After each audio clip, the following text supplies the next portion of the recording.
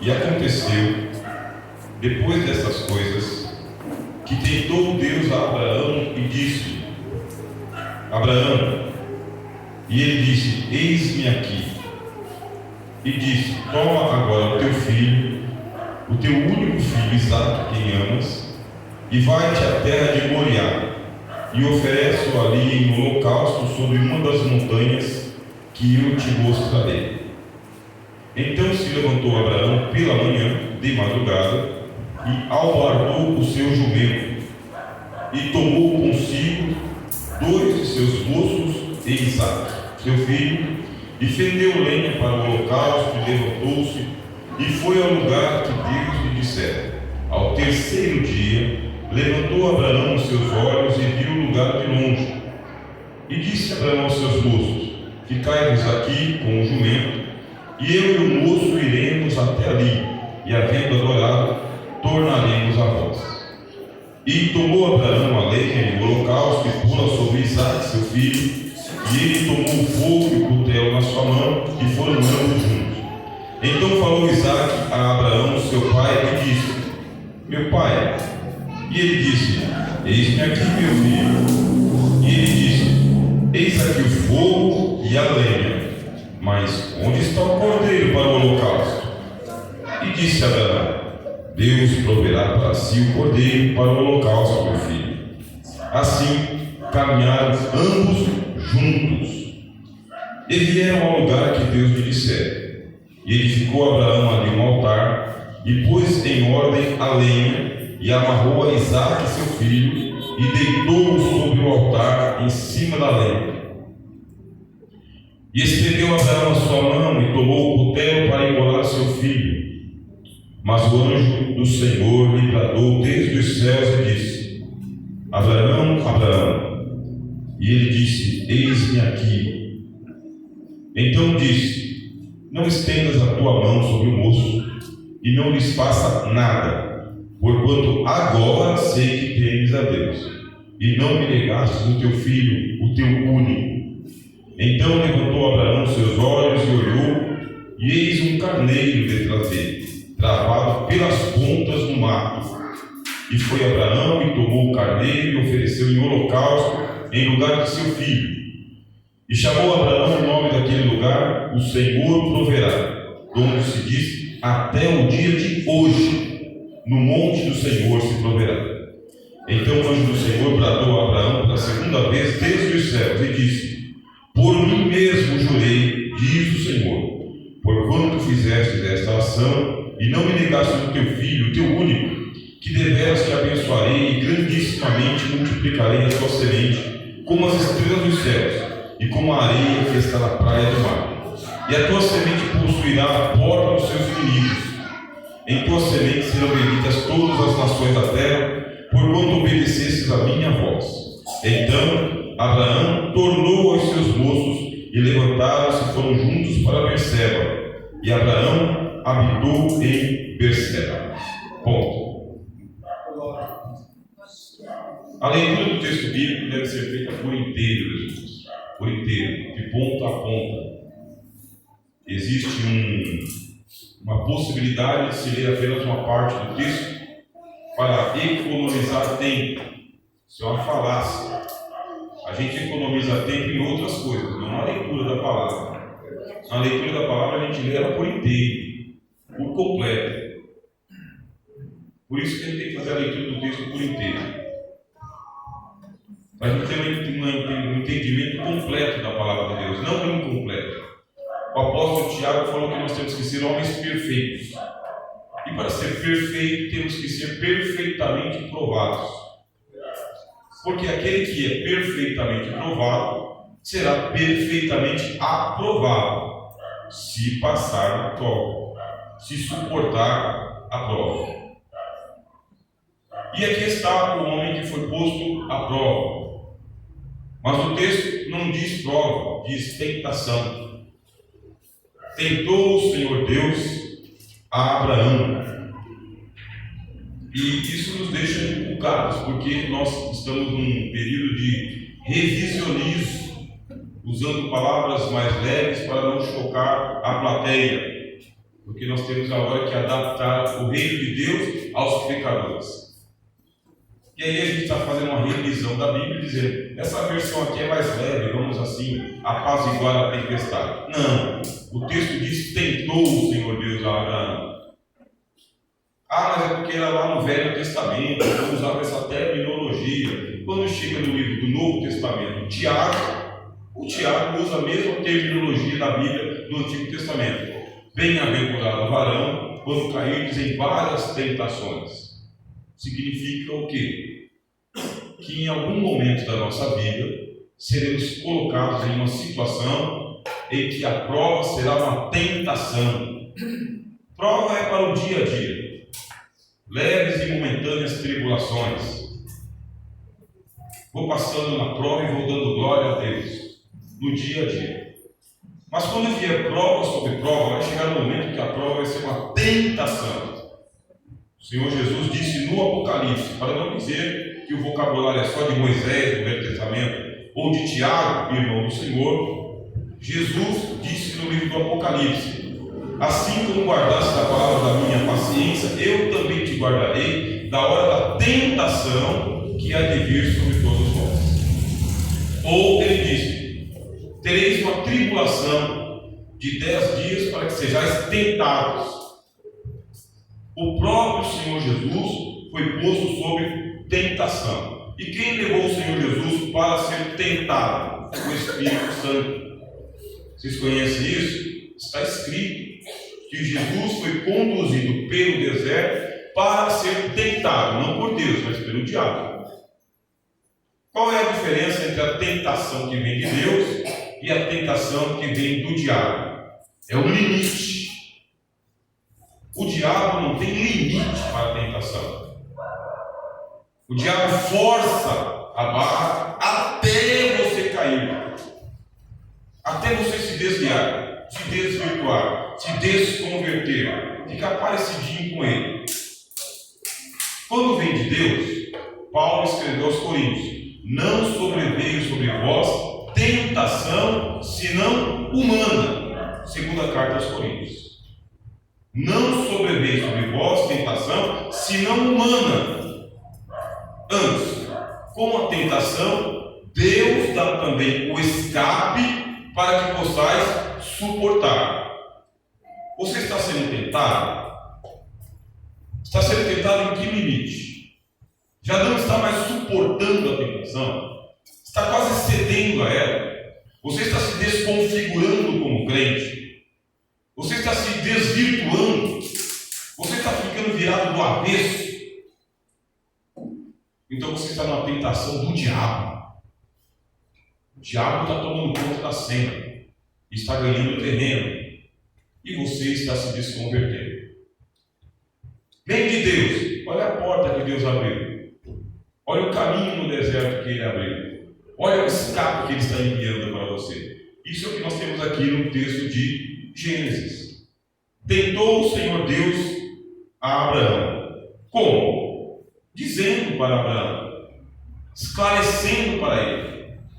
Quando uma tentação vem do diabo, ela vem camuflada, ela vem escamoteada, ela vem sem você perceber. Um laço de passarinheiro. Quando você pensa que não, você está na enrascada. Coisa do demônio, coisa do diabo. Você foi seduzido e foi enganado. Quando vem de Deus, Ele acende as lâmpadas. Ele deixa claro para você, filho, você está sendo enviado agora para que você seja tentado. Jesus não disse isso no Apocalipse? Tereis uma tribulação de 10 dias. Sereis tentados. Quando Jesus foi para o deserto, o Espírito Santo não deixou claro para ele que era para ser tentado pelo diabo? Quando vem de Deus, existe clareza. Não confusão. Deus não está brincando com você. Deus não está te induzindo ao erro. Deus está te esclarecendo. Existem momentos em que você será posto à prova. Existem momentos em que a situação vai chegar no limite. Mas eu estou contigo por onde quer que você andar. Não vai andar sozinho, não. Disse o Senhor Deus a Abraão: toma agora o teu filho, o teu único, a quem amas, e vai-te à terra de Moriá, e ali oferece em holocausto sobre cada uma das montanhas que eu te direi. Tem alguma dúvida aqui da ordem de Deus? Está claro o objetivo, em bom português. Abraão, você vai pegar o teu filho chamado Isaac, você não vai confundir ele com Ismael e nem com os filhos de Quetura. Você vai pegar o teu único filho chamado Isaac, agora, não é amanhã, não é depois, não é quando você decidir, agora, e você vai levar e vai oferecer ele em holocausto sobre uma das montanhas que eu te mostrarei. Se fosse o diabo, Abraão tinha ficado em dúvida. Não sei o que fazer, de onde vim, nem para onde vou. Não sei o que está acontecendo na situação. Mas quando vem de Deus, Deus fala de onde vem e para onde vai e qual que é o objetivo e o que tem que ser feito e quando tem que ser feito. Andar com Deus é muito bom, meus irmãos, porque Ele acende lâmpadas, Ele esclarece, Ele diz o que está acontecendo e de onde que vem a situação que está acontecendo. Por isso que andamos com Deus com segurança.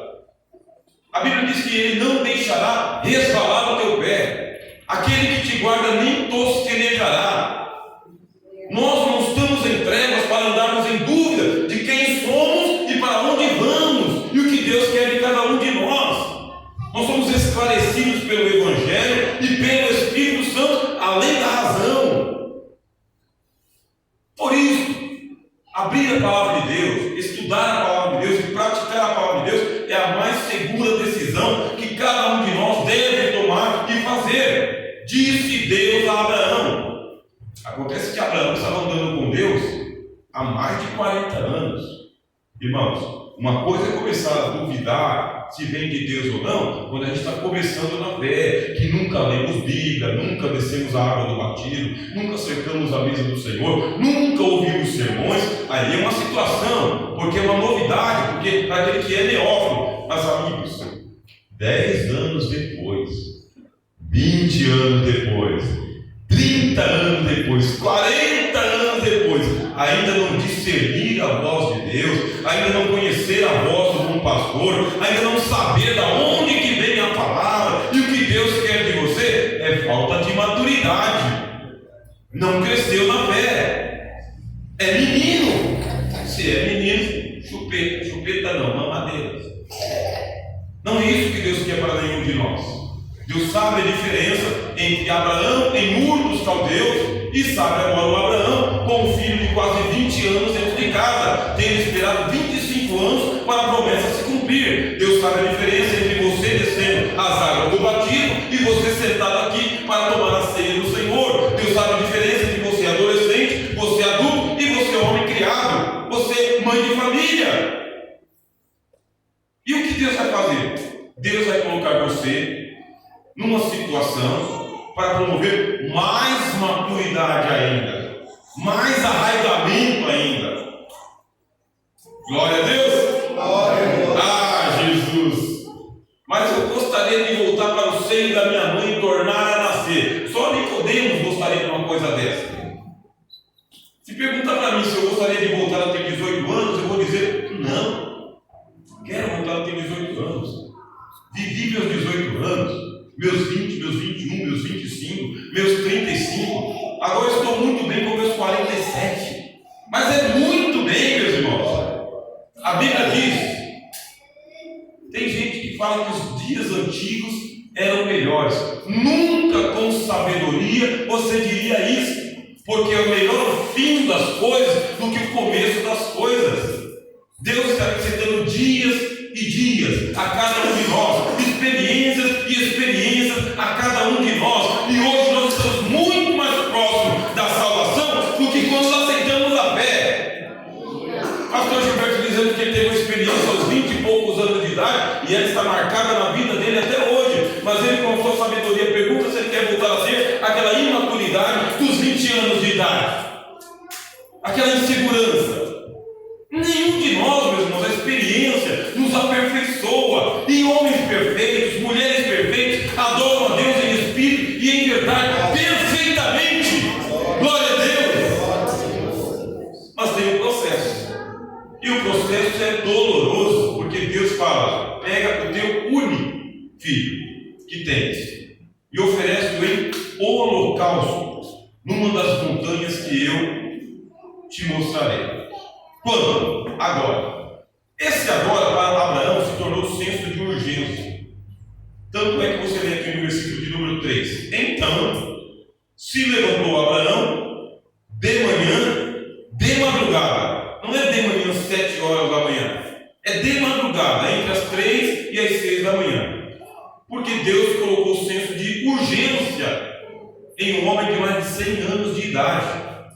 E quando a palavra de Deus vem, ela vem poderosamente sobre nós. Ela vem nos convencendo do que é que nós temos que fazer para Deus, em sinal de que nós somos seu filho e sua filha. Deus falou, o homem se colocou pronto. Agora vem aqui a palavra de exortação. Há quanto tempo faz que Deus falou com você e você está procrastinando uma tomada de decisão? Há quanto tempo Deus falou com você e você está adiando a tomada de decisão, a tomada de postura? O homem chamado o pai da fé é o homem que ele ouviu meia-noite, 3 horas da manhã estava de pé. Porque esse tempo, esse prolongamento, esse adiamento com tomada de decisão pode colocar você fora da página, fora do timer de Deus. O que a Bíblia diz? A Bíblia diz que o pessoal ouviu a palavra e não misturou ela com fé, e por isso adiaram a própria salvação. Em quanto tempo? 40 anos. Como eles não misturaram a palavra com a fé, andaram zanzando para lá e para cá por 40 anos, diz o Espírito Santo. Por quanto tempo haverá dúvida, incerteza em tomar uma decisão de fé na tua vida, para o teu próprio bem, para o teu crescimento, para o teu progresso, para o teu aperfeiçoamento, porque chegou a hora. Chegou a hora. Vocês dizem que faltam 4 meses. Jesus fala, é só levantar a cabeça. O campo já está branco para a ceifa. Existe um tempo de maturação, senhoras e senhores. E esse tempo de maturação exige de nós tomada de posição. Por quê? Maturou, não colheu, cai e apodrece. Maturou, colhe e consome. Porque senão cai e apodrece, se perde a semente. Se você está no ponto de maturidade, já faz tempo em que Deus anda falando com você o mesmo assunto. Hoje Deus coloca senso de urgência. Urgência. Não podemos dormir, não nessa hora, não neste momento, porque à meia-noite ouviu-se um clamor. Aí vem o esposo, sair-lhe ao encontro. Nós vivemos nos dias da volta do Senhor Jesus, vivemos. Nos dias da grande colheita, vivemos. No dia da salvação, vivemos. Quando é que nós vamos tomar a nossa decisão de não adiarmos as coisas do Senhor? Não, Abraão ensina. Já que é para ser feito, vamos fazer. Glória a Deus. Glória. Aleluia. Ele albardou o seu jumento, tomou consigo 2 dos seus moços e a Isaque, seu filho, fendeu lenha para o holocausto, levantou-se e foi ao lugar que Deus lhe dissera, ao contrário de Jonas, porque disse Deus a Jonas: levanta-te e dispõe e dirige-te à cidade de Nínive e prega contra ela. E diz que Jonas se levantou, se dispõe, foi até o porto, comprou uma passagem para ir para o outro lado da vontade de Deus. Nínive está aqui, a Espanha está lá. Deus manda ir para cá, mas eu, com meu livre-arbítrio que Deus me deu e que me ensinaram na escola dominical, que todo homem tem livre-arbítrio, eu faço o que eu quero, vou para onde eu quero, e quem vai me impedir? E foi-se para Tarsis. Bom, a tempestade ia acontecer de qualquer maneira. Não, a tempestade aconteceu porque aquele que tinha que ir para o Moriá não foi para o Moriá. O que tinha que ir para Nínive não foi para Nínive. O que tinha que ir para Jerusalém não foi para Jerusalém. Jerusalém, o que tinha que ir para em direção ao Senhor não foi. Então diz que Deus enviou uma tempestade, atormentou a embarcação onde Jonas estava dormindo, quase derrubou o barquinho, mas não derrubou o barquinho, até que foram lá e acordaram o crente e falaram: que tens dormente? Invoca o teu Deus.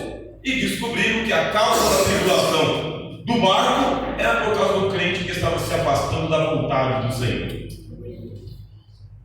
Você tem livre-arbítrio? Você tem livre-arbítrio. Você tem livre-arbítrio para tomar a decisão seguinte: se você colocar manteiga no pão ou não. Você é livre-arbítrio. Se você vai de gravata ou de paletó ou não. Você tem livre-arbítrio. Se vai trabalhar amanhã ou não vai trabalhar amanhã. Você tem livre-arbítrio. Então usa o seu livre-arbítrio para aquilo que você tem livre-arbítrio. Mas quando vir uma ordem direta do trono, aí o seu livre-arbítrio tem que se submeter à obediência de Deus. Tem mandamentos que devem ser cumpridos, porque se você não cumprir, Deus traz de volta. Deus tem uma morsa no céu, e a morsa dele, ele coloca você lá, e ele vai colocando você no torno, do jeito que tem que ser. Eita, glória a Deus, hein? Aleluia! Alguém que está na morsa de Deus, ou está em obediência, meus irmãos? Está lutando contra a santa vontade do Senhor, ou está seguindo os santos caminhos do Senhor, fazendo o que Ele lhe disse em bom português? Não falou em inglês, não falou em francês, alemão, nem grego, nem hebraico. Falou em bom português com sotaque de São Paulo. Para não ficar dúvida, para que até a criança de 7 anos fala: eu entendi a mensagem. Eu compreendi o que tem que ser feito e onde que tem que ser feito. Então diz que Abraão foi para a montanha que Deus disse que era para ele ir. Este é o caminho, a Bíblia diz. Este é o caminho. Seguiu. Este é o caminho. Glória a Deus. Ao terceiro dia, levantou Abraão os seus olhos e viu o lugar de longe. Agora ele tem uma decisão que ele tomou há 3 dias atrás. Aí 3 dias atrás, você imagina, uma decisão de sacrificar o filho, e ele vai andando um dia inteiro, e nada de Deus revogar a sentença. O segundo dia, Deus em silêncio total, levando o jumento, levando o filho e 2 bolsos com ele, e vai andando, e a gente esperando de que Deus mude de ideia, mude a história, mude a determinação, já veja que já estão quase fazendo aquilo que ele mandou fazer, indo na direção que ele mandou ir, e cadê o céu? Silêncio. O céu se fecha. Por quê? Porque você está num momento de tentação. Você está sendo posto à prova. Queremos saber se você é feito de açúcar ou de manteiga, ou do que você é feito. Que tipo de crente você é? Que tipo de filho você é? Que tipo de cristão você é? Nessa sociedade diluída, em pó. Essa sociedade em pó. Esse mundo em pó. Esse mundo líquido, que não tem valores, não tem princípios. Esse mundo que não tem fé, não tem Deus, não tem firmeza. Um mundo de mentiras e enganos. Um mundo que vai de mal a pior, que não sabe discernir da direita da esquerda. E você é feito de quê, filho de Deus? O céu está investindo em você. O reino está investindo em você. Então fica tranquilo. Chegará uma hora que o reino vai provar se você é digno do reino ou se você não é digno do reino. Não é à toa que o apóstolo Paulo pega e fala: quem come e bebe indignamente, come e bebe condenação para si mesmo. Por quê? Porque o pão é digno, e quem dele participa tem que participar dignamente. Dignos, dignidade, cristianismo, fé, evangelho, verdade, posto à prova. Não sou menos crente agora do que antes de ser provado. Posto à prova. Não sou menos evangélico agora do que antes de ser provado. Posto à prova. 3 dias depois, ele levanta os olhos e diz: é lá, estou chegando. E chega no pé da montanha, diz assim: disse Abraão aos seus moços: ficai-vos aqui com o jumento. Na caminhada é assim: tem gente que vai você até o pé da montanha, mas não pode subir a montanha. Tem gente que vai você até a letra B, mas a letra B para frente é só com você. Tem gente que te acompanha até certo caminho, mas daqui para frente é você e o seu sacrifício, você e o seu Isaac, você e a sua fé. Ah, mas eu quero levar o jumento comigo, mas o jumento é jumento. Se ele empaca no meio do caminho, o sacrifício não acontece. Servo é servo, mas filho é filho. Ah, porque tinha tanta gente que vinha comigo logo no começo da caminhada e me deixou para trás. Porque Deus tirou o suporte, Deus tirou o apoio, Deus tirou a equipe motivacional, Deus tirou a plateia, Deus tirou o aplauso, Deus tirou as câmeras, Deus tirou o cenário. Ficou você sozinho. Enquanto você não sentir a solidão do Calvário, enquanto não tiver na sua boca a oração de Jesus: Deus meu, por que me desamparastes? Enquanto você não sentir a solidão da morte, a angústia do desespero, você não está pronto para oferecer o seu Isaac a Deus. Tem que tomar a decisão de quem eu vou levar comigo e quem eu vou deixar para trás. A quem eu vou confiar a linha e a quem eu vou confiar no jumento. Você tem essa decisão? Irmãos, olhem, vocês têm essa maturidade. Vocês estão nesse ponto de maturidade de tomar uma decisão a respeito do reino de Deus, do que tem que ser feito e o que não pode ser adiado.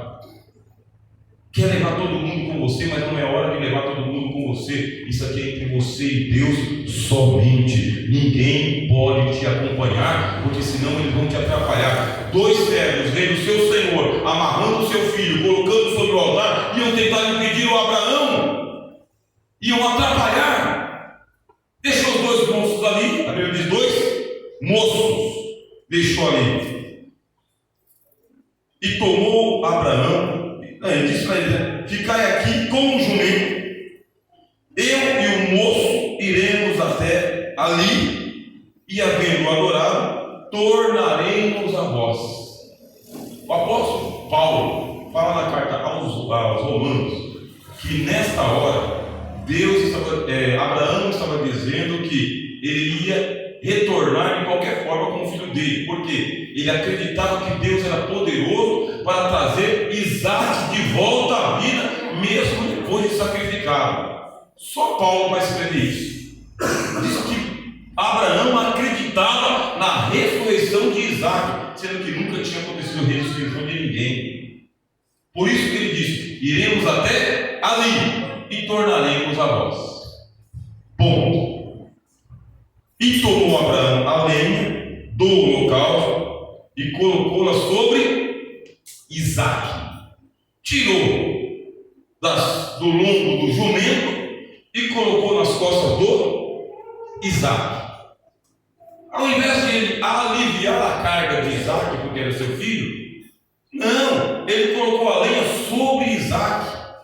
O apóstolo Paulo fala: esta leve e momentânea tribulação não se compara com a glória que em nós há de ser revelada. O que é a tribulação? É um peso. É um peso que Deus coloca em nós. Deus coloca em nós. E não adianta usar carro, nem carrinho, nem hidráulico, nem nada. Está sobre você.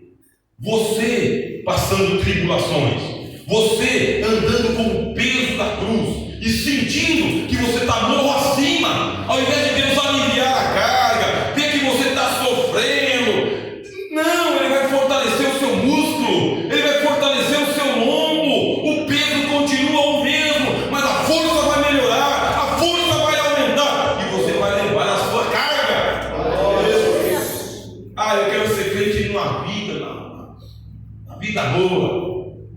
Está pesado demais, o que eu faço? Vou deixar a lenha para trás. Não vai deixar a lenha para trás, não. Você vai levar a sua cruz, sem artifícios e sem trapaças, senhores. Sem trapaças. Está pesado, descansa um pouco, pega a lenha, coloca de novo e sobe. Ou ele poderia dizer: a lenha é sua, leva o Senhor. Ou ele poderia dizer: para que deixar o jumento para trás e colocar nas minhas costas? Não tem tem reclamação de Isaac, tem submissão de Isaac, tem sujeição de Isaac. E diz que os dois andavam juntos, não é ele empurrando o filho para frente e indo para trás, ou indo na frente e deixando o filho para trás. Não, andavam juntos, Isaac e Abraão, o menino de menos de 20 anos e o homem de mais de 100 anos. Por quê? Pastor Gilberto, nós temos que levar a geração inteira para o céu. Deus quer a salvação de todos vocês. Deus quer a salvação da criança de colo que se lamenta na mãe, mas Ele quer um homem de bengala subindo também. Ele quer todos aqui subindo em direção aonde Deus tem um compromisso conosco. Nós levamos a igreja em bloco, nós levamos todo mundo. As irmãs aqui da União Feminina levam todo mundo, os irmãos do louvor levam todo mundo, os homens da União Masculina levam todo mundo. É a igreja inteira, lado a lado, sem deixar ninguém para trás. É a obstinação de Moisés, quando o faraó disse: vão vocês e os mais jovens, deixem os velhos para trás. E o Moisés disse: não fica uma correia de sandália. Glória a Deus. Glória a Deus. É o senso de rebanho, é a preocupação de que nós somos irmãos uns dos outros e a igreja é corpo. É a preocupação de membro a membro, família a família, pessoa a pessoa, amigo a amigo. Irmãos, se faltou alguém, sinta a falta dele. Se está faltando um culto e faltando 2 cultos, é como se você perdesse um dedo da mão, ou a mão inteira, lado a lado. É o velho Abraão de mais de 100 anos e o menino de menos de 20. Vamos levar todo mundo para Jesus. Todo mundo para Jesus. Porque o sacrifício tem que acontecer, mas cada um leva o seu. Diz que o Abraão levava o fogo. As gerações mais antigas levam o fogo, o entusiasmo, a fé, o envolvimento, o exemplo. Nós levamos o fogo. Essa parte nos pertence. E a juventude leva a lenha, leva a carne. Glória a Deus. Aleluia. Todo mundo participando de toda a obra de Deus. Manda o Espírito Santo dizer: eu quero cada um de vocês envolvidos na obra que eu estou fazendo aqui. É todo mundo envolvido, em cada departamento, em cada reunião, em cada culto. Vem você, traz o seu marido, traz a sua esposa, traz o seu filho, traz a sua nora, traz o seu sogro, traz todo mundo e envolve todo mundo com essa obra. Se for evangelismo, se for missões, se for culto de Santa Ceia, se for louvor, envolve todo mundo. Glória a Deus. A Bíblia diz: levai as cargas uns dos outros e assim cumprireis a lei de Cristo. O que não pode acontecer é de um só carregar e o outro ficar de braços cruzados. Um só se importar e os outros esperarem acontecer. Porque agora só tem 2. Antes tinha 5. Como assim 5? 4 homens e um jumento. Agora não tem nem jumento e nem servos. Quem que tem? Pai e filho. Mas por que diminui tanto assim? Para a prova da vossa fé, diz o apóstolo Tiago, que semelhante ao ouro, o ouro ele é provado, para ver se é ouro mesmo ou se é pirita. Pirita não é ouro. Pirita tem aparência de ouro, cor de ouro, mas não é ouro, não vale nada. Mas ouro é ouro. Como que eu vou saber? Coloca no fogo os dois. Vamos ver qual que é ouro e qual que é pirita. A prova da fé, mais preciosa do que o ouro que é provado. Porque só é crente aquele que crê, meus irmãos. E para crer, tem que crer a um degrau acima do descrente. Não pode ser a fé do idólatra, que adora o ídolo. Não pode ser a fé do supersticioso, que acredita em pé de coelho, ou o tempo da sorte, ou o número da sorte. Não pode ser a fé das religiões. Tem que ser a fé de Abraão. A fé do homem que crê contra a esperança, diz a Bíblia. Crê contra a esperança. É aceitar o desafio e assumir o desafio e falar: eu vou fazer o que Deus me pediu. Tinha 5, agora só tem 2. O que eu faço? Eu prossigo, eu sigo, eu avanço, diz a palavra de Deus. Então falou Isaac a Abraão, seu pai, e disse: meu pai. E ele disse: eis-me aqui, meu filho. E ele disse: eis aqui o fogo e a lenha, mas onde está o cordeiro para o holocausto? Só quem sabia o que ia acontecer era o Abraão. Os servos não sabiam, o jumento não sabia, mas o Isaac também não sabia. Tem gente que é jumento, tem gente que é servo, mas tem gente que é filho. Jumento não pergunta nada, só carrega a carga. Os servos pouco decidem porque não sabem o que o seu Senhor faz. Mas o filho sabe. E o filho tem direito de perguntar ao pai: Senhor, eu estou vendo as providências que tem aqui. Tem coisa que já tem, mas tem coisa que não tem ainda. Eu estou seguindo a sua orientação, eu estou obedecendo a sua palavra, mas tem coisa que está faltando na minha vida e eu estou achando estranho essa cena. Eu ainda não tenho a providência aqui diante de mim, o recurso diante de mim, nem o dinheiro, nem o emprego, nem o diploma. Tem coisa que eu preciso, mas eu não sei aonde que está. Eu vou perguntar para quem? Para o jumento? Não. Eu vou perguntar para quem? Para o servo? Não. Eu pergunto para quem? Para o pai da fé.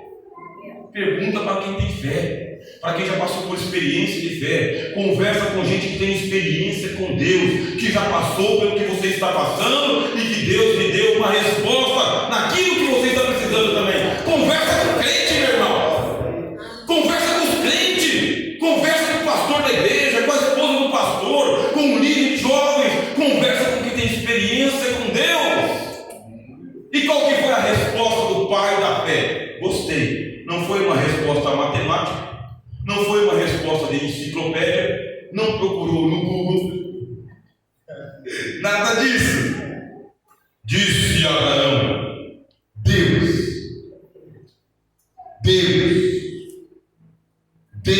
proverá para si o cordeiro para o holocausto, meu filho. Assim caminharam ambos juntos. Não significa que nós temos a resposta exata, mas nós temos uma resposta só: Deus. Você crê? Deus. Qual é a resposta? Deus. Deus fará o quê? Proverá. Proverá o quê? O cordeiro. Para quem? Para ele mesmo, meu filho. Deus. O pai alimenta a fé do filho. Nós cuidamos das novas gerações, ensinando Jesus, Bíblia e Deus para eles. Nada mais, nada mais. Confia no Senhor de todo o teu coração e não se estribe no seu próprio entendimento. Entrega o teu caminho ao Senhor, confia nele e o mais ele fará. Centralizamos Jesus e falamos: isso aqui é para Deus. E o filho? O filho entendeu que o pai confia em Deus. O filho confia no pai. E o pai confia em Deus e continua caminhando. O menino não voltou atrás, continua na caminhada, e a tragédia vai acontecer. Por quê? E vieram ao lugar que Deus lhes dissera. Nem um lado nem o outro, é onde Deus lhes dissera. E edificou Abraão ali um altar, pegou as pedras e colocou pedra sobre pedra, pôs em ordem a lenha, tirou das costas do menino e colocou a lenha em cima do altar. E chegou a hora da cena dramática, em que Abraão olha para Isaac, e Isaac não vê o cordeiro, e o Abraão olhando fica nele, sem dar explicações, e diz assim: e amarrou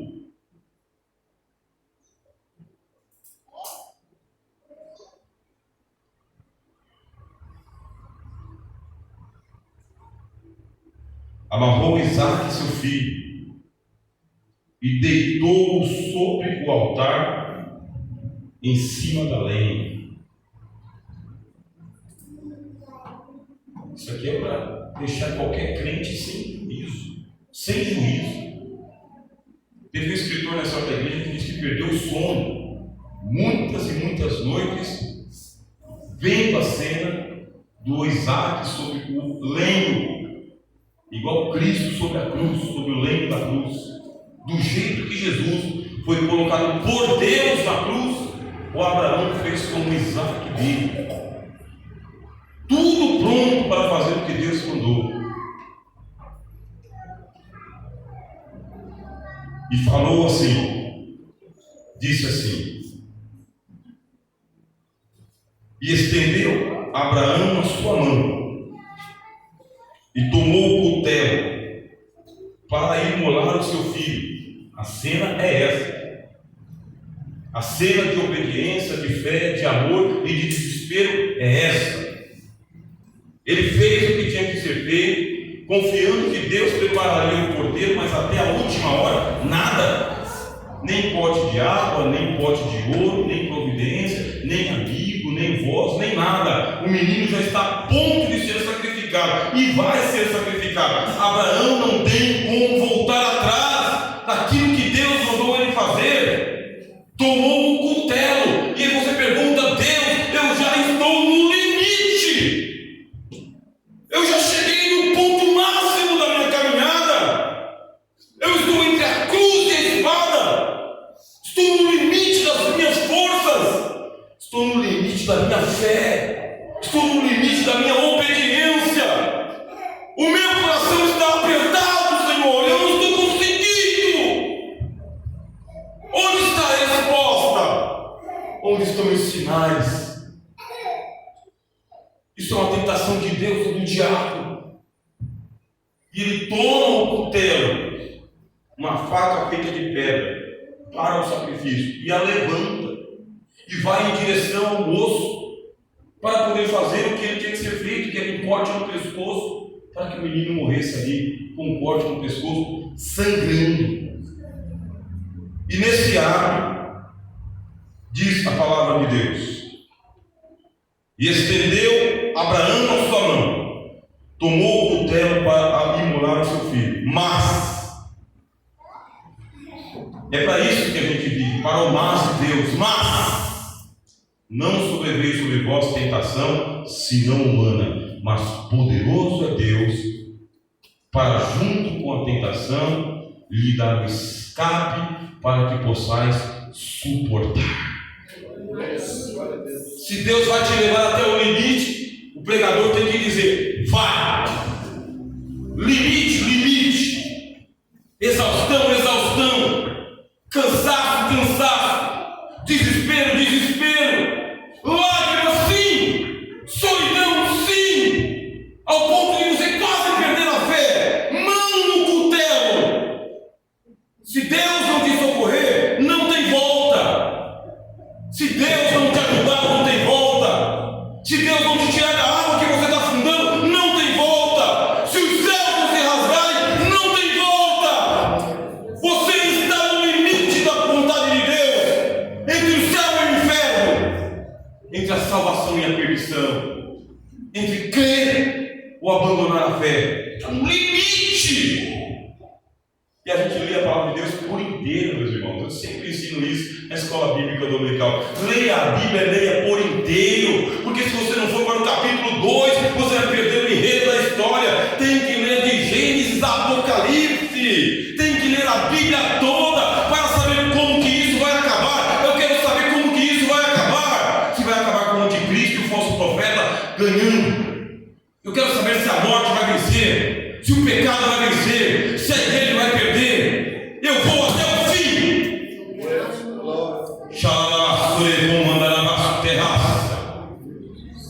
Eu vou até o fim nesta fé. Desde o dia que aceitei ao Senhor Jesus, eu vou até o fim. Enquanto eu não ver os céus abertos, Jesus Cristo voltando e me tirando da sepultura, ou me levando pelo arrebatamento, não volto atrás. Não tem volta para nós, meus irmãos. Não tem volta. Não tem Egito para nós. Não tem Babilônia para nós. Só tem céu ou nada. Nós vamos até o fim. Nós vamos crer contra a esperança. Nós vamos crer contra as evidências. Nós vamos crer contra o Congresso Nacional. Nós vamos crer contra a Câmara Legislativa. Nós vamos crer até que o Senhor nos responda.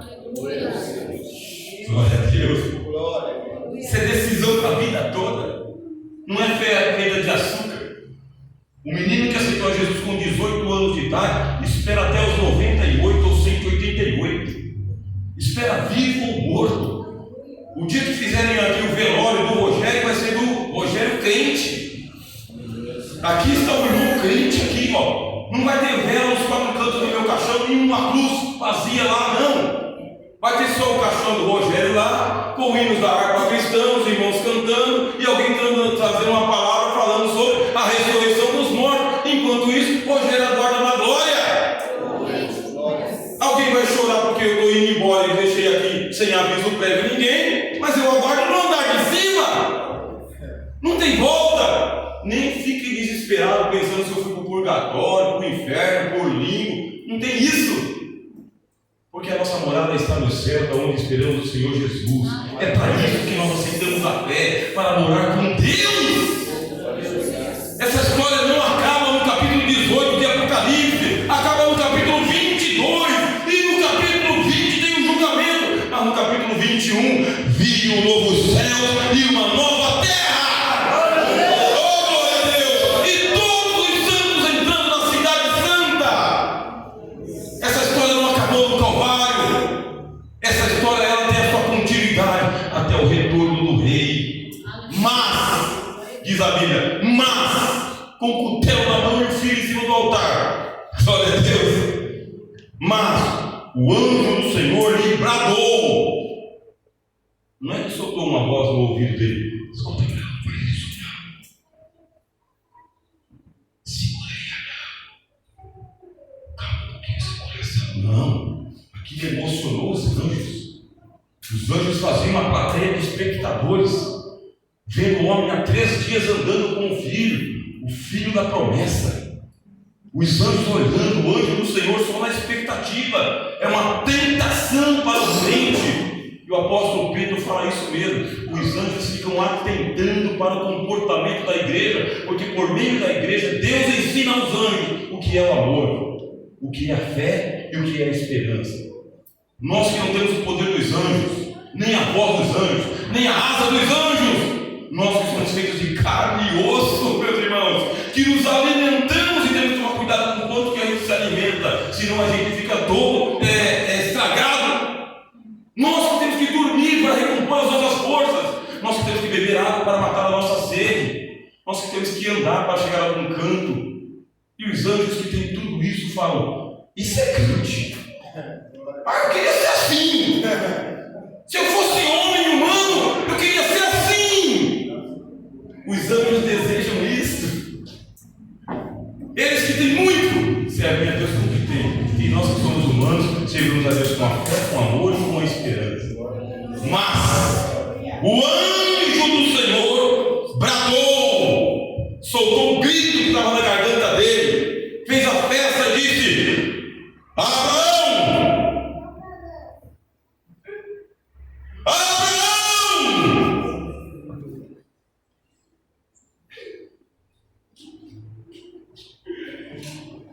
E ele disse com a sua voz humana: eis-me aqui.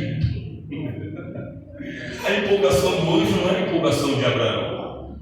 A coisa tem que acabar. Pela primeira vez ele disse: oferece o filho. O que vem agora? Todo mundo empolgado, mas aquele que tem a fé é sereno.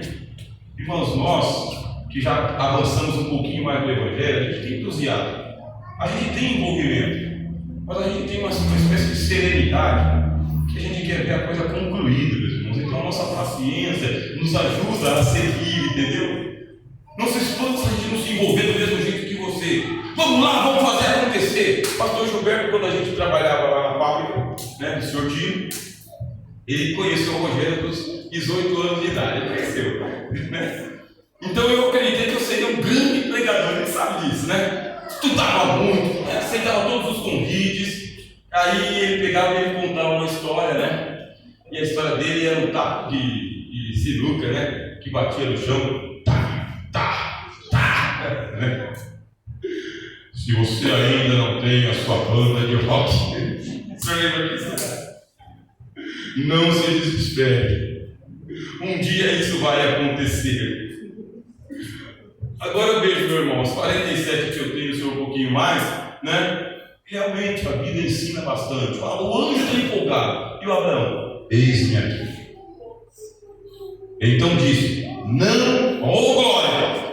Existe um mas e um não da parte de Deus. Não estendas a tua mão sobre o moço e não lhes faça nada.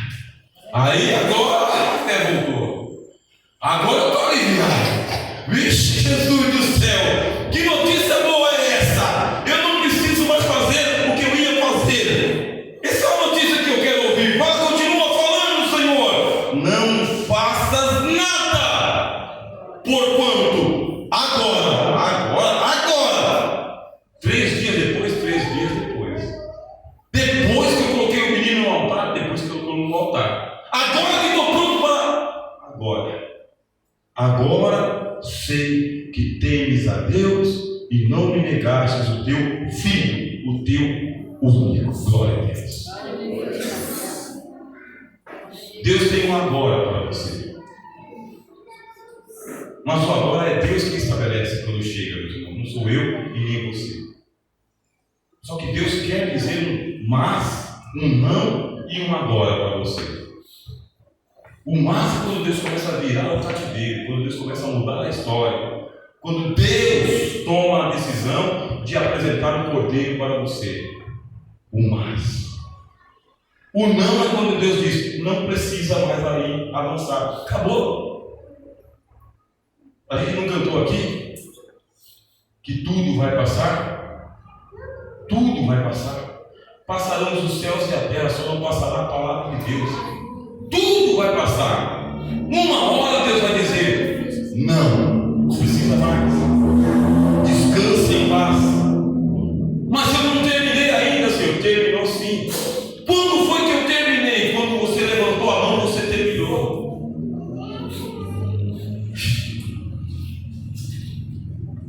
Glória a Deus. Você nem sabia, mas já passou. Você nem sabia, mas já está aprovado. Você nem sabia, mas Deus já se agrada de você. Você nem sabia, mas os céus já estão vindo ao seu encontro. Você nem sabia, mas Deus já está satisfeito com a sua vida e quem você é. Só faltava o pregador vir anunciar aqui, meus irmãos. Não estendas a mão contra o menino. Agora sei que temes a Deus e não me negastes o teu filho, o teu único. Aí disse que Abraão olhou, porque o anjo só falou isso e voltou. Eu queria tanto fazer uma entrevista com um anjo, mas anjo é mensageiro, não é entrevistador, não. Mensageiro vem entregar a mensagem e volta para cá. Mas eu queria tanto. Pois é, fica com essa palavra. Abraão olhando, viu um carneiro preso pelas pontas. Aí o Abraão não teve dúvida. Foi ali, pegou o bichinho, tirou o filho, colocou o cordeiro, mostrou para Isaac como que se faz, imolou o cordeiro, colocou fogo e voltaram para casa. Glória a Deus, aleluia! Aleluia, aleluia, aleluia, aleluia, aleluia! É para isso que nós vivemos, aleluia! Para voltar em paz para a nossa casa, você vai voltar em paz para a sua casa. Em paz com Deus, e Deus em paz com você. Volta para a tua casa e vive a vida que Deus te deu. Não se angustie com aquilo que você não tem, porque o que você precisa, Deus proverá.